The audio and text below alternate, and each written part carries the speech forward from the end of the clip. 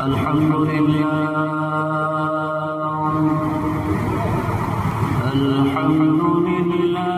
نحمده ونستعينه ونستغفره ونعوذ بالله من شرور أنفسنا من يهده الله فلا مضل له ومن يضلله فلا هادي له ونشهد أن لا إله إلا الله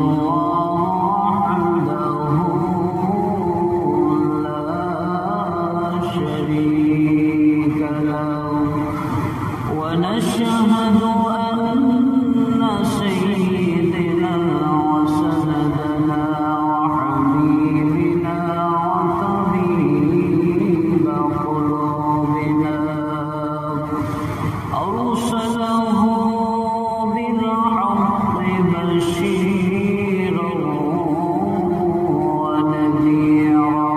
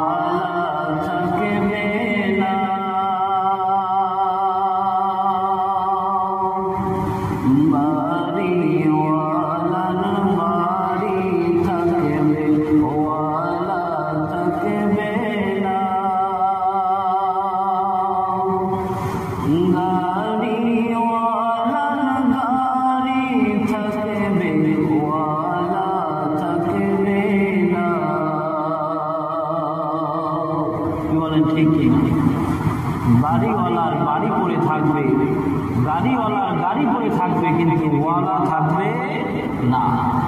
আবার বলেন সবাই, বাড়িওয়ালার বাড়ি থাকবে, ওয়ালা থাকবে না। গাড়িওয়ালার গাড়ি থাকবে, ওয়ালা থাকবে না। আজরাইল আসিয়া জান কবজ করবে, কবর হইবে ঠিকানা। লা ইলাহা ইল্লাল্লাহ, লা ইলাহা ইল্লাল্লাহ, লা ইলাহা ইল্লাল্লাহ।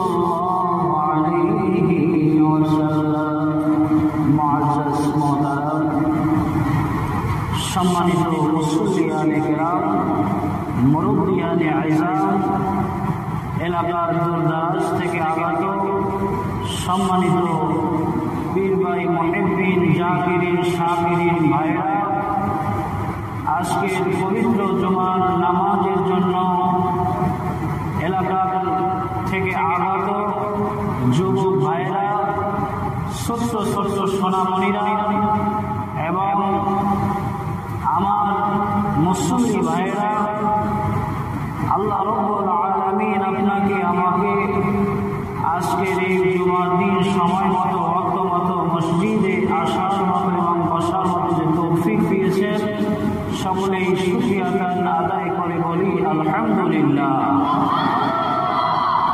আরো শুকরিয়া আদায় করি যে আল্লাহ রাব্বুল আলামিন আপনাকে আমাকে গত জুমা থেকে জুমা পর্যন্ত হায়াত দিয়ে বাঁচিয়ে রেখে আবার পৃথিবীর শ্রেষ্ঠ জায়গা আল্লাহ রাব্বুল আলামিনের ঘর জান্নাতের ভিতরে আসার এবং বসার সুযোগ করে দিলেন। এই জন্য দিলের সমস্ত ভালোবাসা উচ্ছ্বাস করে আল্লাহ রাব্বুল আলামিনের আলিশান দরবারে সকলেই শুকরিয়া আদায় করে বলি আলহামদুলিল্লাহ। আল্লাহ সুবহানাহু ওয়া তাআলা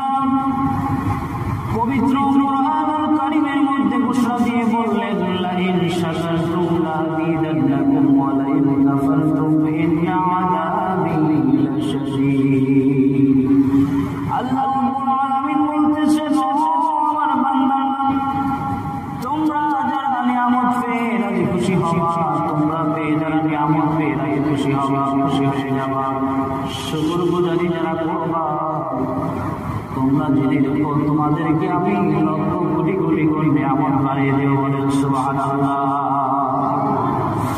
আর যার নিয়ামত পেয়ে রাজি খুশি হবে না, আল্লাহ সুবহানাহু ওয়া তাআলা তাদের জন্য বললেন আযাবি লাশাদীদ, তাদের জন্য শক্ত আযাব দিবে। এই জন্য যেখানেই যাব আমরা একমাত্র শুকর গুজার করবো। কার? যদি বলেন কার? আল্লাহ পাক রব্বুল আলামিনের জন্য শুকর গুজারই করব। এই জন্য আল্লাহ সুবহানাহু ওয়া তাআলা আপনাকে আমাকে এই দুনিয়ায় চলার শক্তি দিয়েছেন। যে ব্যক্তিটি 1 সপ্তাহ আগে মারা গিয়েছে, ওই ব্যক্তি তো আজকের জুমার মসজিদে উপস্থিত হতে পারে নাই। কি বলেন, পারছে নাকি? পারে নাই। এই জন্য সব সময় যখন আমরা নামাজ পড়ি, নামাজ থেকে যখন মসজিদের ভিতরে যখন আমরা ঢুকি তখন বলি আল্লাহুম্মা আফতাহলি আবওয়াবা রাহমাতিক। কি বলেন, ঠিক কিনা? আমরা বলি কি বলি না? মসজিদ হচ্ছে আল্লাহর ঘর, সেখানে সব সময় আল্লাহ সুবহানাহু ওয়া তাআলা রহমত বর্ষণ হতে থাকে। বলুন না সুবহানাল্লাহ। আবার যখন এই রহমত থেকে বের হয়ে যখন আপনি বাড়ির দিকে রওনা হয়ে যাবেন, তখন মসজিদ থেকে যখন বের হবেন তখন আপনি বাম পা দিয়ে বের হবেন। মসজিদে যখন ঢুকবেন তখন ডান পা দিয়ে মসজিদে ঢুকবেন। আবার যখন বের হবেন মসজিদ থেকে তখন বাম পা দিয়ে বের হবেন। আল্লাহুম্মা ইন্নী আসআলুকা মিন ফাদলিক। এই তো আমরা পড়ি কি পড়ি না? আল্লাহ সুবহানাহু ওয়া তাআলা এই রহমত, এই জান্নাতের ঘরের মধ্যে থেকে আমি যখন চলে যাচ্ছি, যখন আমি বের হব, নিয়ম হচ্ছে আমি আল্লাহর ঘর মসজিদের দিকে তাকিয়ে বলব আমি যে আজকের জুমার নামাজ আদায় করতে পারলাম, আমি যে আসর করতে পারবো কি পারবো না ইয়া রব্বুল আলামিন জানি না, কিন্তু আপনি আমাকে আসর করার তৌফিক দান করে। এই কথা বলা কারণ আল্লাহ সুবহানাহু ওয়া তাআলা আপনাকে আমাকে এই জুমা পড়ার সুযোগ করে দিয়েছেন। আপনাকে আমাকে যে আসর করার সুযোগ করে দিবেন এমন কোনো নিশ্চয়তা নাই। আমি আপনাদের মাঝে পবিত্র কোরআনুল কারীমের 29 নং পারা 67 নং সূরা মুলক থেকে কয়েকখানা আয়াত তেলাওয়াত করেছি। আল্লাহ সুবহানাহু ওয়া তাআলা পবিত্র কোরআনুল কারীমের 29 নং পারা 67 নং সূরা মুলকের মধ্যে বলেন তাবারাকাল্লাযী বিয়াদিহিল মুলকু ওয়া হুয়া আলা কুল্লি শাইইন কাদির। সকলে বলেন আল্লাহু আকবার। আল্লাহ সুবহানাহু ওয়া তাআলা বলতেছেন তাবারাকাল্লাযী বিয়াদিহিল মুলকু, তিনি মহিমান্বিত যার হাতে পৃথিবীর সমস্ত জগতের ক্ষমতা একমাত্র আল্লাহ রাব্বুল আলামিনের হাতে। বলুন না সুবহানাল্লাহ। আল্লাহ সুবহানাহু ওয়া তাআলা বলতেছেন তাবারাকাল্লাযী বিয়াদিহিল মুলকু ওয়া হুয়া আলা কুল্লি শাইইন কাদির। ও দুনিয়ার মানুষ, তোমরা শুনে রাখো, পৃথিবীর মধ্যে মহিমান্বিত আমি, পৃথিবীর মধ্যে সর্বশ্রেষ্ঠ আমি, পৃথিবীর মধ্যে যত কিছু আছে সব কিছু আমার হাতে। বলেন না সুবহানাল্লাহ। পৃথিবীর মধ্যে যত কর্তৃত্ব রয়েছে, যত কর্ম রয়েছে, সমস্ত কর্মের সমস্ত কিছু হাত, সমস্ত কিছুর শ্রেষ্ঠত্ব একমাত্র আল্লাহ সুবহানাহু ওয়া তাআলা। বলুন না সুবহানাল্লাহ। ওয়া হুয়া আলা কুল্লি শাইইন কাদির। আল্লাহ সুবহানাহু ওয়া তাআলা বলতেছেন তিনি সর্ববিষয়ের সর্বশক্তিমান। পৃথিবীর মধ্যে এবং পৃথিবীর জগতের বাইরে যত জগৎ রয়েছে, কিতাবের মধ্যে পাওয়া যায় ৯৮,০০০ জগৎ আল্লাহ সৃষ্টি করেছে। বলুন না সুবহানাল্লাহ। কত জগৎ? ৯৮,০০০ জগৎ আল্লাহ রাব্বুল আলামিন সৃষ্টি করেছেন। এই পৃথিবীটা তো শুধুমাত্র একটা জগৎ। পৃথিবীর মধ্যে আমরা দুই চোখে যা দেখি আর না দেখি, আল্লাহ সুবহানাহু ওয়া তাআলা মধ্যে যা কিছু সৃষ্টি করেছে আমাদের দেখা এবং অদেখা এই সব কিছুর মালিক হচ্ছেন একমাত্র আল্লাহ। কি বলেন ঠিক কিনা? আল্লাহ সুবহানাহু ওয়া তাআলা বলেন আলহামদুলিল্লাহি রাব্বিল আলামিন।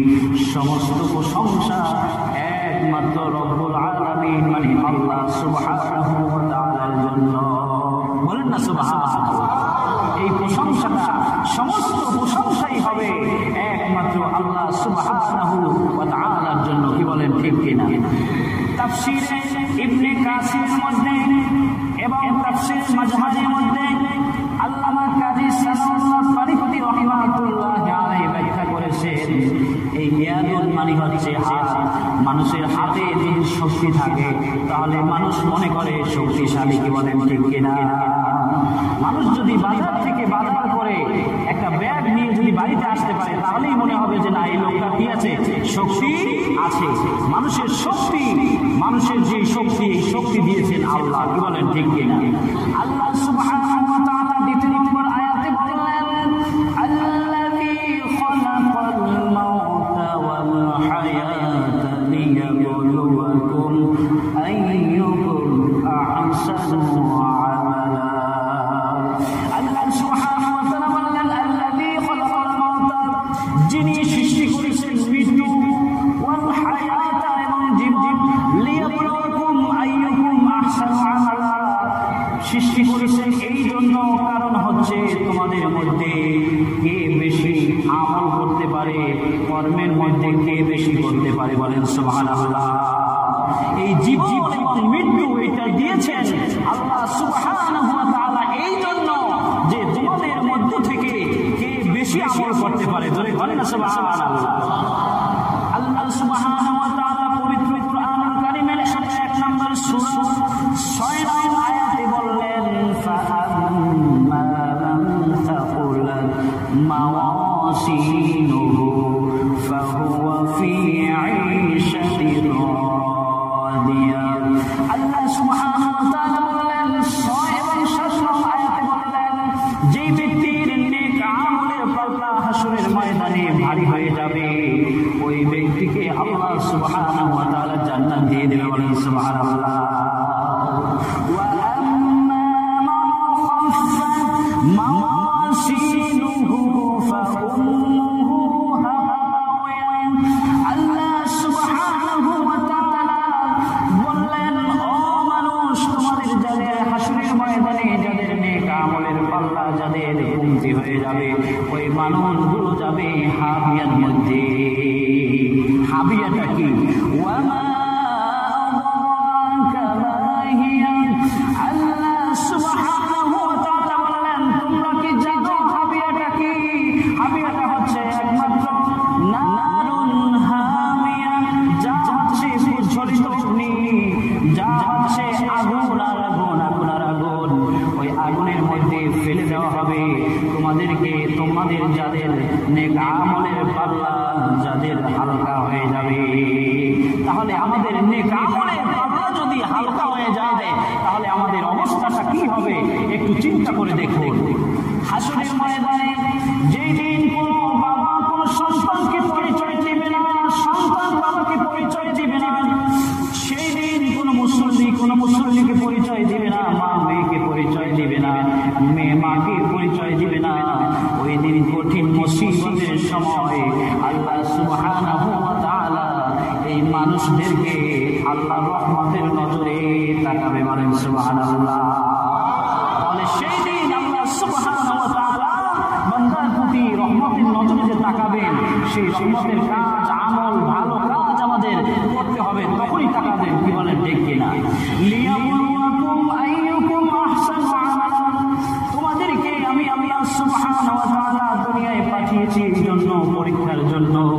তোমরা কে বেশি, কার চাইতে বেশি কে কত আমল করতে পারো, কার চাইতে কে বেশি কত পরীক্ষা দিয়া দিয়া নেক আমল করে করে, নামাজ পড়ে পড়ে, ইবাদত বন্দেগী করে করে, রাতে তাহাজ্জুদ পড়ে পড়ে কে বেশি জিকির আজকার, তাসবিহ, তাহলিল, মুনাজাত, মুশাহিদা, মিলাদ, কিয়াম, জিকির আজকার করে করে কে বেশি বেশি তোমাদের নেকের আমলকে ভারী করতে পারো। বলেন না সুবহানাল্লাহ। এই জন্যই আল্লাহ রাব্বুল আলামিন মৃত্যু দিয়েছেন এবং আপনাকে আমাকে আবার এই দুনিয়া থেকে একদিন, আমরা ছিলাম না এই দুনিয়ায়, আবার এই দুনিয়ায় এসেছি, আমরা জীবিত আছি, আমাদের জীবন আছে, আবার একদিন আমাদের মৃত্যু হবে, আমরা একদিন আল্লাহ পাক রব্বুল আলামিনের কাছে চলে যাব। কি বলেন ঠিক কিনা? আল্লাহ সুবহানাহু ওয়া তাআলা বলেন ওয়া হুয়াল আসিসুল গফুর। আল্লাহ বলতেছেন আল্লাহ হচ্ছে পরাক্রমশালী, গফুর এবং ক্ষমাশীল। আল্লাহ সুবহানাহু ওয়া তাআলার কাছে পাহাড় পরিমাণ অপরাধ নিয়ে যদি কোনো মানুষ বলে রব্বানা যালামনা আনফুসানা ওয়া ইল্লাম তাগফির লানা ওয়া তারহামনা লানাকুনান্না মিনাল খাসিরিন। রব্বানা, হে আমার পালনেওয়ালা খোদা, হে আমার পালনেওয়ালা খোদা, তুমি আমাকে খাওয়ান দিচ্ছ, পরন দিচ্ছ, বরণ দিচ্ছ, তুমি আমাকে সব দিচ্ছ, তোমার মালিক, তুমি আমাকে দুনিয়ায় পাঠিয়েছ। যালামনা, আমি জুলুম করেছি, আনফুসানা, আমার নফসের প্রতি আমি গুনাহ করেছি, আমি অন্যায় করেছি, অপরাধ করেছি। ওয়া তারহামনা, আপনি যদি আমাকে মাফ না করেন, রহম না করেন, দয়া না করেন, লানাকুনান্না মিনাল খাসিরিন, আমি ক্ষতিগ্রস্ত হয়ে যাব, আমি জালেমের অন্তর্ভুক্ত হয়ে যাব, আমি ক্ষতিগ্রস্ত হয়ে যাব, জালেম হয়ে যাব। মালিক, আপনি আমাকে ক্ষমা করে দেন। বলেন না সুবহানাল্লাহ। এই জন্য আমরা নামাজের মধ্যে বলি রব্বানা যালামনা আনফুসানা ওয়া ইল্লাম তাগফির লানা ওয়া তারহামনা লানাকুনান্না মিনাল খাসিরিন। কি বলেন ঠিক কিনা? একদল মানুষ এসে বলে নামাজের পরে মোনাজাত নাই, কি আছে না? কি বলে না? একদল মানুষ যারা বলে নামাজের পরে মোনাজাত নাই, তখন মনে হয় যেন তারা কোরআন পড়ে নাই। কোরআনের মধ্যে বলেছেন আল্লাহ সুবহানাহু ওয়া তাআলা সূরা আল-নাসর মধ্যে বলেছেন ফাইদা ফারাগতা ফানসাব ওয়া ইলা রাব্বিকা ফারগাব। বলুন না সুবহানাল্লাহ। যখন তোমরা ইবাদত থেকে, নামাজ থেকে ফারিগ হয়ে যাও, তখন আমার দিকে তোমরা মনোনিবেশন হয়ে যাও। বলুন না সুবহানাল্লাহ। তাহলে কোরআনের থেকে যদি দলিল পাওয়া যায় মোনাজাতের, একজন যদি বলে যে না নামাজের পরে মোনাজাত নাই, তখন কি অবস্থা হবে? কোরআনকে অস্বীকার করা হয়ে যাবে না? কি বলেন? ঈমান থাকবে, ঈমান থাকবে।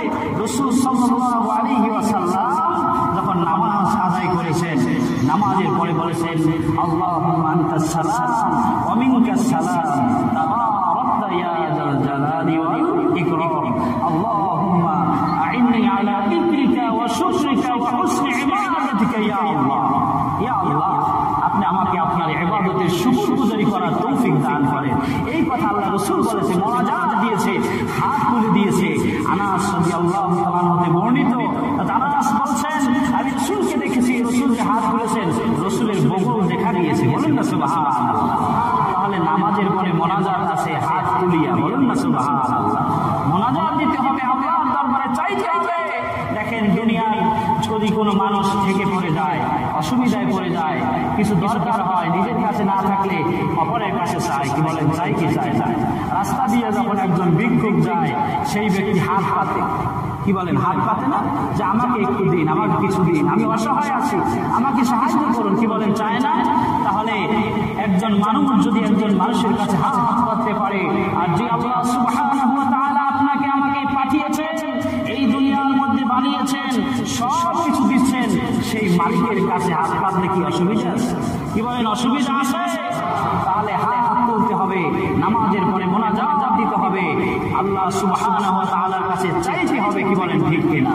আল্লাহ সুবহানাহু ওয়া তাআলা যখন হযরতে আদম আলাইহিস সালামকে যখন দুনিয়ায় পাঠিয়ে দিলেন, দুনিয়ায় যখন পাঠালেন, ইবলিস শয়তানের প্ররোচনায় পড়ে হযরতে আদম আলাইহিস সালাম যখন গন্ধম খেলেন, গন্ধম খাওয়ার পরে যখন আদমকে পাঠিয়ে দিলেন, ইবলিস শয়তান বললেন আল্লাহ আপনি তো আমাকে আদমের কারণে জান্নাত থেকে বের করে দিচ্ছেন, আল্লাহ আমি আপনার কাছে কিছু জিনিস চাই। ইবলিস শয়তান বলতেছেন আদমের কারণে কি ইবলিস বের হয়েছে? কারণ ইবলিসের কারণেই তো ইবলিস বের হয়েছে। কি বলেন? ঠিক কিনা? ইবলিস ধোঁকা দিয়েছে, প্ররোচনা দিয়েছে, এই জন্যই তো ইবলিস বের হয়েছে। ইবলিস নিজের দোষে নিজে বের হয়েছে।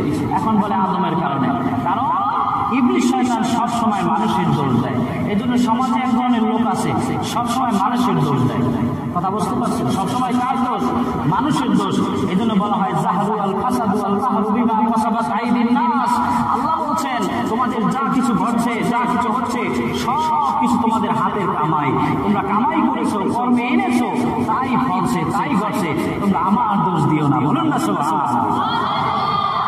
ইবলিস শয়তান বললেন আল্লাহ রাব্বুল আলামিন আহকামুল হাকিমিন, আপনি আমাকে কিছু জিনিস দিন।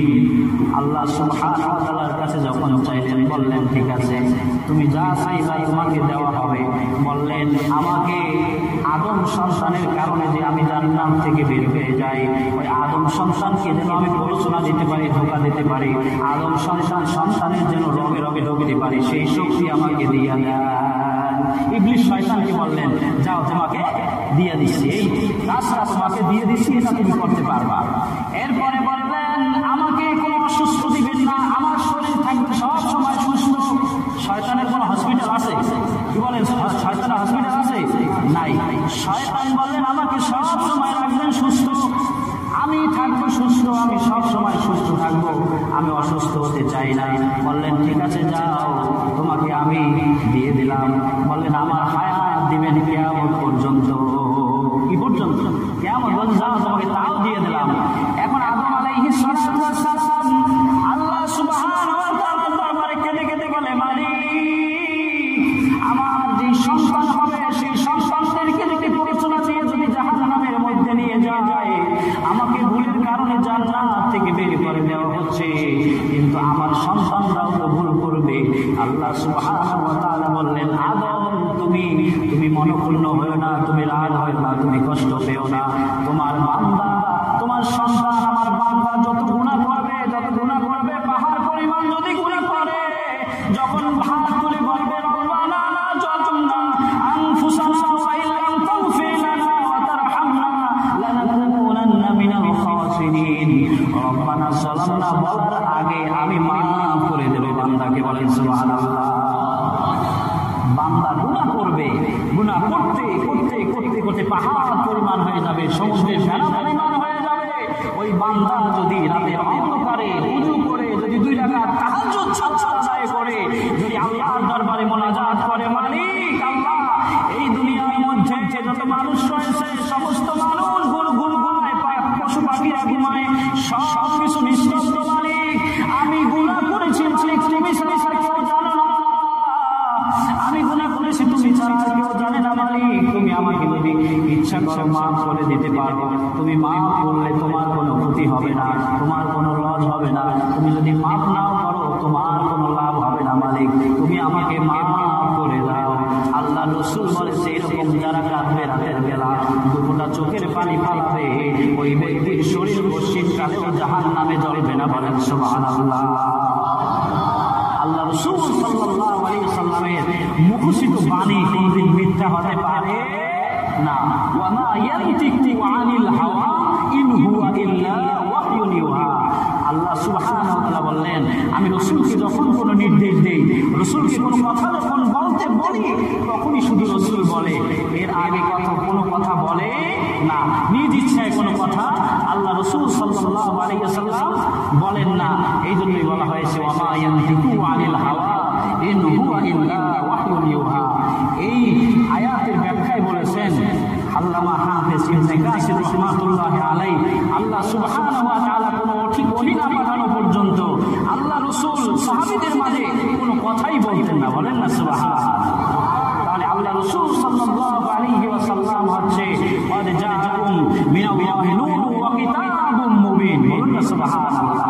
রাসূল সাল্লাল্লাহু আলাইহি ওয়াসাল্লাম হচ্ছে আমাদের জন্য নূর এবং কিতাবটা হচ্ছে সুস্পষ্ট কিতাব। ওই কিতাবের মাধ্যমে আল্লাহ সুবহানাহু ওয়া তাআলা আপনাকে আমাকে একবারে হেদায়েতের রাস্তা, হুদাল লিল মুত্তাকিন, মুত্তাকিনদের জন্য শুধু হেদায়েত রেখেছেন। জোরে বলেন না সুবহানাল্লাহ। এই ক্বাদ জাআকুম মিনাল্লাহি নূরুন ওয়া কিতাবুম মুবিন, এখানে 2টা কথা উল্লেখ হয়েছে। একটা কথা হচ্ছে নূর। এই নূর দ্বারা কাকে বোঝানো হয়েছে? এই নূর দ্বারা আমাদের প্রিয় নবী হযরত মুহাম্মদুর রাসূলুল্লাহ সাল্লাল্লাহু আলাইহি ওয়াসাল্লাম সাল্লামকে বোঝানো হয়েছে, বলুন না সুবহানাল্লাহ। ওয়া কিতাবুম মুবিন, এই মুবিন ওয়া কিতাব মানে কোরআনকে বোঝানো হয়েছে। এখন অনেকে আল্লাহ রাসূল সাল্লাল্লাহু আলাইহি ওয়াসাল্লাম যে নূর, এই নূর জিনিসটা মানতে চায় না। কি আছে না বলেন, কি আছে না বলেন? বলে নবীজি মাটির তৈরি, বলুন না নাউযুবিল্লাহ। নবীজি যদি মাটির তৈরি হইতো তাহলে নবীজির ছায়া গেল কোথায়? আল্লাহ রাসূল সাল্লাল্লাহু আলাইহি ওয়াসাল্লামের সাথে যারা থেকেছেন, আল্লাহ রাসূল সাল্লাল্লাহু আলাইহি ওয়াসাল্লামের সাহাবায়ে কেরামরা বলছেন, আমরা কোশ্চিন কালে কোনোদিন আল্লাহ রাসূল সাল্লাল্লাহু আলাইহি ওয়াসাল্লামের ছায়া দেখি নাই, বলুন না সুবহানাল্লাহ। আল্লাহ রাসূল সাল্লাল্লাহু আলাইহি ওয়াসাল্লাম যখন হাসি দিতেন, দু দাঁতের হাত দিয়ে মুখ দিয়ে নূর বের হতো, বলুন না সুবহানাল্লাহ। কেউ কেউ আবার দাবি করে নবী নাকি বড় ভাইয়ের মতো, বলেন না নাউযুবিল্লাহ। নবীকে বড় ভাই বলা যাবে? কি বলেন, বলা যাবে? যাবে না।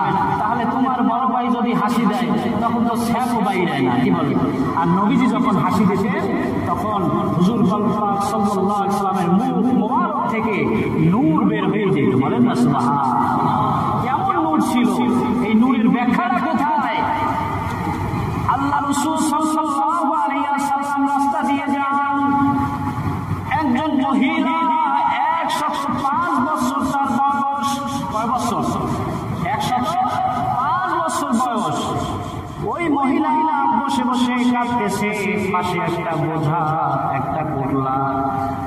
মহিলাকে বললেন রাসূল সাল্লাল্লাহু আলাইহি ওয়াসাল্লাম, ইয়া উম্মি আদহাকাকা, ইয়া উম্মি, হে আমার মা, আপনি কেন কাঁদেন? বলেন না সুবহানাল্লাহ। হুজুরের ভাষাটা কেমন ছিলেন? ওই মহিলাকে যখন বললেন ইয়া উম্মি আদহাকাকা, ওই মহিলা বললেন, মুখটা হুজুর সাল্লাল্লাহু আলাইহি ওয়াসাল্লামের চেহারা, নূর চেহারার দিকে তাকিয়ে বললেন, বাবা আপনি কে? এই মদিনার বুকে এমন কোনো মানুষ নাই যে কোনো মানুষকে মা বলে ডাক দেবে। আপনি কে? তখন বললেন, আমার পরিচয় পরে দিব। আপনি কেন কাঁদেন? বললেন, আমি কাঁদি একজন ইহুদি পাদ্রীর বাসায় আমি কাজ করি। একদিন যদি না যাই, একদিন না যাওয়ার কারণে ওই পাদ্রী আমাকে 40টি বেতাঘাত করবে। কয়টা বেতাঘাত? কয়টা? আপনারা কথা বুঝেন না? 40টা বেতাঘাত করবে। 105 বছরের বুড়ি মহিলা, তাকে সে যদি একদিন যদি কাজে না যাইতে পারে তাহলে বেতাঘাত করবে কয়টা? 40টা। ওই মহিলা বললেন, বাবা আপনি যে আমাকে মা বলে ডাক দিলেন, এই মদিনার মধ্যে এমন কেউ নাই, এমন কোন নর্ম মানুষ নাই, ভদ্র মানুষ নাই যে আমাকে মা বলে ডাক দিবে। এরকম মা ডাক আমি আমার জীবনে প্রথম শুনতে পেলাম, বলেন না সুবহানাল্লাহ। ওই মহিলা বললেন, আমাকে 40টা বেতাঘাত করা হবে, আমি চিন্তিত, আমার শরীরটা জ্বর, আমার শরীরটা গরম, আমি জ্বরে আক্রান্ত। আমাকে যদি 40টা আঘাত করা হয় তাহলে আমি কিভাবে বাঁচবো? এই দুঃখে আমি এখানে বসে বসে কাঁদতেছি। আল্লাহ রাসূল সাল্লাল্লাহু আলাইহি ওয়াসাল্লাম বললেন, মা আপনি কাঁদিয়েন না। আল্লাহ রাসূল সাল্লাল্লাহু আলাইহি ওয়াসাল্লাম মহিলার বোঝাটা উঠিয়ে, ওই বোঝাটা উঠিয়ে মাথার উপরে নিলেন, বলেন সুবহানাল্লাহ। মাথার উপরে নিয়ে আল্লাহ রাসূল সাল্লাল্লাহু আলাইহি ওয়াসাল্লাম সামনে সামনে হাঁটে, আর ওই মহিলা পিছনে পিছনে হাঁটে। আর কিছু দূর গিয়ে বললেন, মা আপনি বলুন ইহুদি পাদ্রীর বাড়ি কোথায়? বললেন, আর একটু সামনে গিয়ে বামে। আল্লাহ রাসূল সাল্লাল্লাহু আলাইহি ওয়াসাল্লাম সেই অনুযায়ী ওই ইহুদির বাড়ির সামনে গেলেন। ইহুদির বাড়ি হচ্ছে দোতলা, নিচতলায় গিয়ে পোটলাটা নিচে রাখলেন এবং মহিলাকে বসালেন। ওই ঘরের পাশে একটা খেজুর গাছ ছিল, 200 বছর আগে ওই খেজুর গাছ, কিন্তু 200 বছর ধরে কোনো খেজুর হয় না, খেজুর গাছ।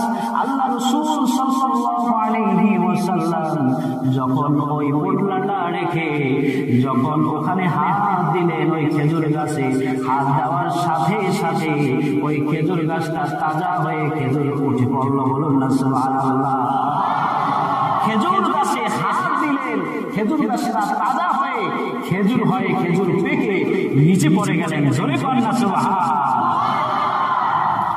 আল্লাহ রাসূল সাল্লাল্লাহু আলাইহি ওয়াসাল্লাম দূর থেকে জাতি করে যখন গেলেন আল্লাহ রাসূলের এই কপাল মোবারকে ঘাম লেগেছিল, ঘাম পসিনা মোবারক, ওই ঘাম যখন হাত দিয়ে মুছলেন, ঘাম হাত দিয়ে মুছলেন, 3-4 ফোঁটা যখন নিচে পড়ে গেল, ওই হাত দিয়ে ঘাম মুছলেন, ওই ঘাম গুলো মাটিতে পড়ে মণিমণিতায় পয়দা হয়ে গেল। বলেন সুবহানাল্লাহ।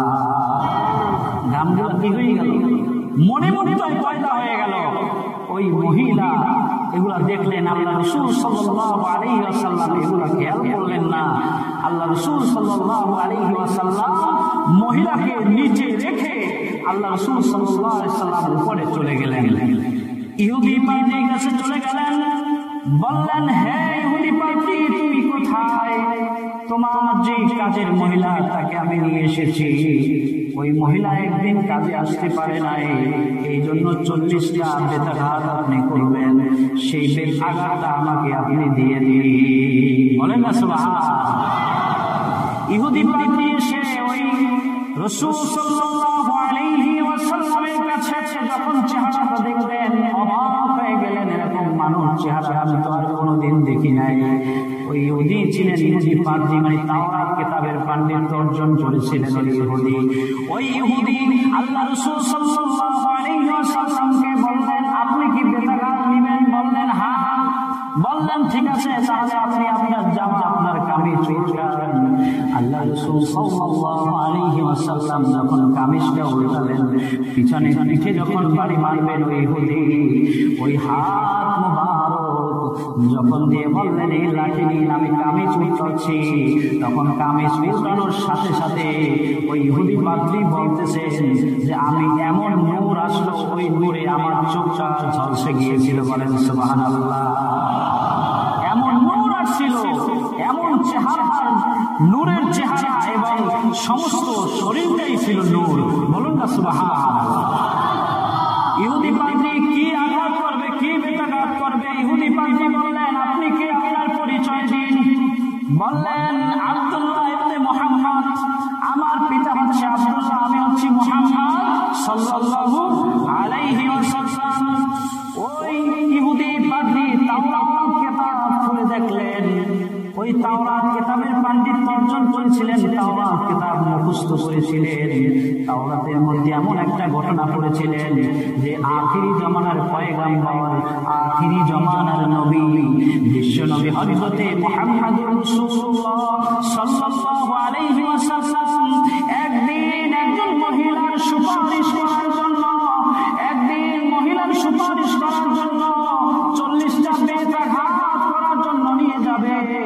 এই জন্য আল্লাহ রাসূল সাল্লাল্লাহু আলাইহি ওয়াসাল্লামকে যখন বেতাঘাত করা হবে, সেই বেতাঘাত করার কারণে ওই বেতাঘাত করতে পারবে না, কিন্তু ওই বেতাঘাত না করতে নূরের ঝলসে ওই ইহুদি পাদ্রী সে মুগ্ধ হয়ে যাবেন এবং ঈমান গ্রহণ করবে। জোরে কোন সুবহানাল্লাহ। মানে যখন ইহুদি পাদ্রী ওই তাওরাত কিতাবে পড়েছিলেন যে শেষ জামানার আখিরি পয়গম্বর যিনি হবেন, বিশ্বনবী যিনি হবেন, মুহাম্মদুর রাসূলুল্লাহ সাল্লাল্লাহু আলাইহি ওয়াসাল্লাম একজন ইহুদির বাড়িতে আসবে, ইহুদির বাড়িতে এসে 40টা বেতাঘাত নিতে চাইবে, কিন্তু বেতাঘাত দিতে পারবে না, তার আগেই ওই ইহুদি তার কাছে মুসলমান হয়ে যাবে। বলেন না সুবহানাল্লাহ।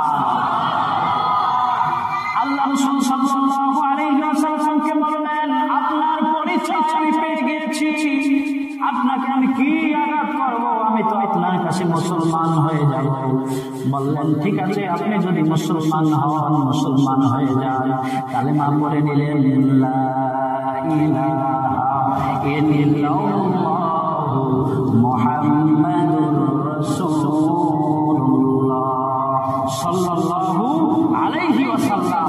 কালেমা যখন পড়লেন, ওই ইহুদি আল্লাহ রাসূল সাল্লাল্লাহু আলাইহি ওয়াসাল্লামকে নিয়ে নিচে থেকে নামলেন, ওই মহিলার কাছে আসলেন, বললেন, মা, আপনার জন্য কোনোদিন আর কোনোদিন না আসলে আপনার আর বেতাঘাত পেতে হবে না। বলেন সুবহানাল্লাহ।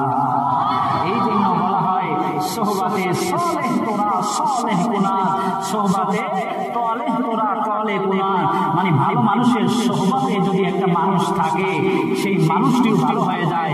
বলুন না সুবহানাল্লাহ। আল্লাহ রাসূল সাল্লাল্লাহু আলাইহি ওয়াসাল্লামের কাছে ওই ইহুদি মুসলমান যখন হলেন, দেখতে পেলেন তার ঘরের পাশে 200 বছর আগের খেজুর গাছ তাজা হয়ে গেছে। বলুন না সুবহানাল্লাহ। দেখতে পেলেন 200 বছর আগের খেজুর গাছ তাজা হয়ে গেছে, মরা খেজুর গাছ তাজা হয়ে গিয়েছে। ওই মহিলাকে বললেন কিভাবে তাজা হলো? ওই মহিলা বললেন তাজা হলো কেমন ভাবে? তাজা হলো এমন ভাবে, যখন হাত রাখলেন এই যুবক, তখন এই খেজুর গাছটা আল্লাহর হুকুমে সে জিন্দা হয়ে গেল। সুবহানাল্লাহ। মহিলা যখন বললেন এই কথা, তখন আরো আশ্চর্য হয়ে গেলেন যে উপরে দেখলাম এমন নূর, আমি মুসলমান হয়ে গেলাম নূর দেখিয়া, আর নিচে এসে দেখলাম 200 বছর আগের মরা খেজুর গাছ তাজা হয়ে গিয়েছে, আবার গাছে খেজুর, মহিলা খেজুরও খাইতেছে। আবার আরো দেখালেন যখন ঘাম মুছলেন, ঘাম যখন নিচে পড়লেন, মাটিতে যখন পড়লেন, তখন ওই ঘামটা মণিমুক্তায় পয়দা হয়ে গিয়েছিল। জোরে কন্যা সুবহানাল্লাহ। এত আশ্চর্য ঘটনা দেখে ওই মহিলা যখন নিস্তার পেলেন, মরা 200 বছর আগের খেজুর গাছ যখন জিন্দা হয়ে গেল, ঘাম যখন মণিমুক্তায় পয়দা হয়ে গেল, ওই ইহুদি বললেন ইয়া রাসূলুল্লাহ, ইয়া হাবিবাল্লাহ, আপনার কাছে তো আমি মুসলমান হয়ে গিয়েছি।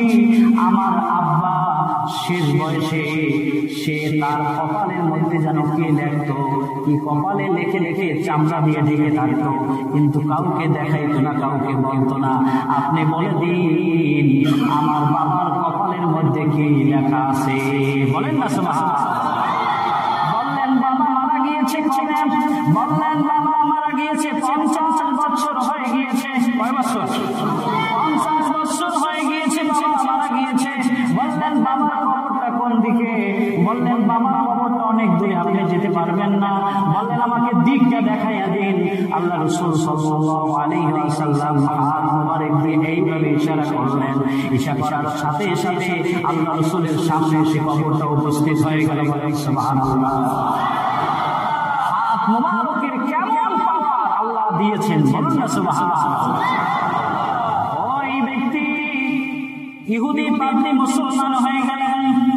এমন আশ্চর্য চরিত্র দেখে ঈমান আরো বেড়ে গেল। কি বলেন, ঈমান বাড়ে না? এরকম মুজিজা দেখলে ঈমান বাড়ে না? যখন কবরটা সামনে এসে গেল, তখন আল্লাহ রাসূল সাল্লাল্লাহু আলাইহি ওয়াসাল্লাম বললেন যে ও আল্লাহর বান্দা, তুমি কবর থেকে উঠে আসো। শাহাদাত আঙ্গুল দিয়ে যখন ইশারা করলেন, ওই ইহুদি পাদ্রীর আব্বা কবর থেকে জিন্দা হয়ে দাঁড়িয়ে গেলেন। বলেন সুবহানাল্লাহ। ইহুদি পাদ্রীর আব্বা, উনিও তো ইহুদি ছিল, উনি দাঁড়িয়ে গেলেন কবরের মধ্যে। এখন আরো আশ্চর্য হয়ে গেলেন যে এমন একজন মানুষকে আমি বেত্রাঘাত করতে চাচ্ছিলাম, কান্না করে দিয়েছে। আল্লাহ রাসূল সাল্লাল্লাহু আলাইহি ওয়াসাল্লামকে বললেন ইয়া রাসূলুল্লাহ, ইয়া হাবিবাল্লাহ, হুজুর আমার কপালের মধ্যে কি লেখা? আমার কপালের মধ্যে কি লেখা? আমার সন্তান আমাকে শেষ বয়সে বারবার জিজ্ঞাসা করেছে, আমি কোনদিন তাকে বলি নাই।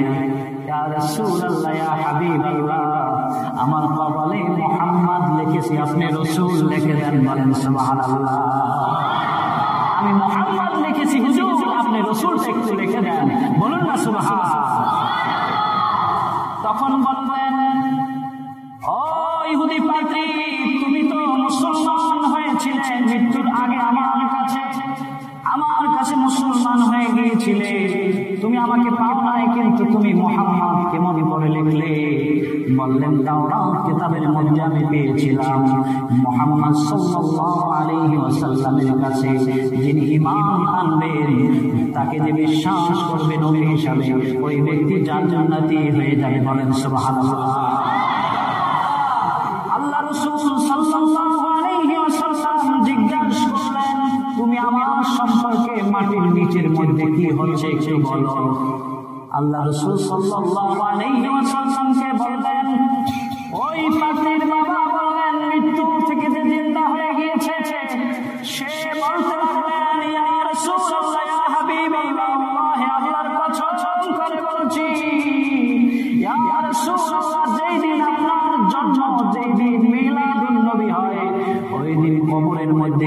ইহুদি, কি বা মুশরিক, কি বা নাসারা, কি বা মুসলমান, সমস্ত মানুষগুলো সুবহানাল্লাহ বলে এমন ডাক দেয়।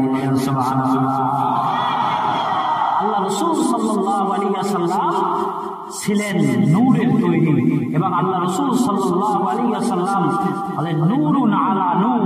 বলুন না সুবহানাল্লাহ। আল্লাহ সুবহানাহু ওয়া তাআলা বলেন আল্লাযী খালাকা সাবআ সামাওয়াতিন তিবাকা। আল্লাহ সুবহানাহু ওয়া তাআলা বলেন আল্লাযী খালাকা, যিনি সৃষ্টি করলেন সাবআ সামাওয়াতিন তিবাকা, স্তরে স্তরে সপ্ত আকাশ। বলেন না সুবহানাল্লাহ। আল্লাহ সুবহানাহু ওয়া তাআলা স্তরে স্তরে সপ্ত আকাশ তৈরি করলেন। হাদিস শরীফের ভিতরে পাওয়া যায় এক আকাশ থেকে, প্রথম আকাশ থেকে দ্বিতীয় আকাশের দূরত্ব হচ্ছে 500 বছরের রাস্তা। বলেন না সুবহানাল্লাহ। এই যে আমরা আকাশের দিকে তাকালে আকাশটা যে নীল দেখতে পাই, আল্লাহ রাসূল সাল্লাল্লাহু আলাইহি ওয়াসাল্লাম ইরশাদ করেছেন, আল্লাহ রাসূল যখন মেরাজে গেলেন তখন দেখতে পেলেন, আল্লাহ রাসূল যখন প্রথম আকাশে উঠলেন তখন ডান দিকে এবং বাম দিকে দুইটা দরিয়া দেখতে পেলেন। বলুন না সুবহানাল্লাহ। সেই দরিয়ার পানিগুলো ছিল নীল।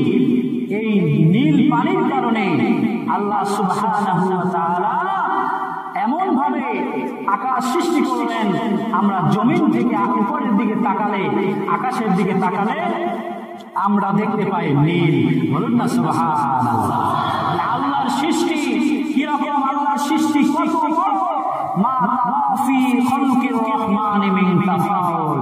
আল্লাহ সুবহানাহু ওয়া তাআলা বললেন তোমরা আকাশের দিকে তাকাও, তোমরা বারবার তাকাও, তাকিয়ে দেখো কোনো তফাৎ পাও কিনা, আমার সৃষ্টির মধ্যে কোনো পার্থক্য পাও কিনা, কোনো গরমিল পাও কিনা। বলুন না সুবহানাল্লাহ। ফারজি'ল বাসার হাল তারা মিন ফুতুর। আল্লাহ সুবহানাহু ওয়া তাআলা বললেন আবার দেখো কোনো ত্রুটি পাও কিনা, আমি যা যা সৃষ্টি করেছি, জমিন সৃষ্টি করেছি, আমার সৃষ্টির মধ্যে কোনো ত্রুটি পাও কিনা, কোনো ভুল পাও কিনা। আবার বললেন সুমারজি'ল বাসার কাররাতাইনি ইয়ানকালিবু ইলাইকাল বাসারু খাসিআন ওয়া হুয়া হাসীর। আল্লাহ সুবহানাহু ওয়া তাআলা বললেন আবার তুমি দেখো, বারবার তুমি দেখো, বারবার তোমার দৃষ্টি দাও, বারবার তুমি দৃষ্টি দিও, তোমার দৃষ্টি শক্তি কমে যাবে, দৃষ্টি ব্যর্থ হয়ে যাবে, আবার ওই দৃষ্টি তোমার দিকে ফিরে আনবে। বলেন সুবহানাল্লাহ। আল্লাহ সুবহানাহু ওয়া তাআলা বললেন তুমি বারবার তাকাও, যতবার তাকাও, যতবার দেখো, যত গবেষণা করো না কেন, আমার সৃষ্টির মধ্যে কোনো তফাৎ পাবে না, কোনো ভুল পাবে না, কোনো ত্রুটি পাবে না। বলুন না সুবহানাল্লাহ। আল্লাহ সুবহানাহু ওয়া তাআলা যে সৃষ্টি করেছেন, এই সৃষ্টির ভিতরে কোনো মানুষ কোনো তফাৎ পাবে না। আল্লাহ সুবহানাহু ওয়া তাআলা একজন মানুষকে কিভাবে সৃষ্টি করেছেন, আল্লাহ সুবহানাহু ওয়া তাআলা মুখটা কোন জায়গায় দিয়েছেন, নাকটা কোন জায়গায় দিয়েছেন, মাথাটা কোন জায়গায় দিয়েছেন, পাটা কেমন করেছেন, আঙ্গুলটা কেমন করে সৃষ্টি করেছেন, জিহ্বাটা কেমন করে সৃষ্টি করেছেন। কোন মানুষ পৃথিবীর কিয়ামত পর্যন্ত যত মানুষ আসবে, যা এসেছে, কোন মানুষ কোশ্চিনকালেও বলতে পারবে না যে আল্লাহ পাক যে এই মানুষটাকে সৃষ্টি করেছে, এই হাতটা, এই আঙ্গুলটা, এই জিহ্বাটা, এই নাকটা, এই কানটা, এই পাটা যদি অমুক জায়গায় যেত তাহলে ভালো হতো, কেউ বলতে পারবে না। বলুন না সুবহানাল্লাহ। এটাই হচ্ছে আল্লাহ পাক রব্বুল আলামিনের সৃষ্টি। তাহলে যে আল্লাহ রব্বুল আলামিন আপনাকে আমাকে সৃষ্টি করলেন, সেই আল্লাহ সুবহানাহু ওয়া তাআলার ইবাদত আমাকে করতে হবে। কি বলেন, ঠিক কিনা? ইবাদত করতে হবে কার? যারা বলেন কার? আল্লাহ। মানুষ আল্লাহকে আল্লাহ বলতে চায় না। আল্লাহ সুবহানাহু ওয়া তাআলাকে একবার যদি কোনো মানুষ আল্লাহ বলে, তাহলে বৈজ্ঞানিক ধারণায় মানুষের ভিতরে যত রক্ত রয়েছে, ওই রক্তের মধ্যে লক্ষ কোটি কোটি গুণ, কোটি অগণিত জাম রয়েছে। কি আছে? জাম রয়েছে। আল্লাহ রাসূল বলেছে যখন একটা মানুষ আল্লাহকে আল্লাহ বলে ডাক দেয়, তাহলে ওই সমস্ত জামের মধ্যে আল্লাহ আল্লাহ বলে জিকির শুরু হয়ে যায়। বলুন না সুবহানাল্লাহ। এই জন্য বেশি বেশি আল্লাহ আল্লাহ বলবেন, আল্লাহ ইসমে জাত বলবেন, জিকির করবেন বেশি বেশি। আল্লাহর হুকুম আহকাম যেন আল্লাহ সুবহানাহু ওয়া তাআলা আপনাকে আমাকে পালন করার তৌফিক দান করে, সকলে বলেন আমিন। এবং আল্লাহ সুবহানাহু ওয়া তাআলা আমাদের বিশ্বনবী হযরত মুহাম্মদ রাসূলুল্লাহ সাল্লাল্লাহু আলাইহি সাল্লামকে যে কিতাব দিয়েছেন, ওই কিতাব অনুসারে আমাদের জীবন এবং রাসূলের সুন্নাহ অনুযায়ী পালন করার তৌফিক দান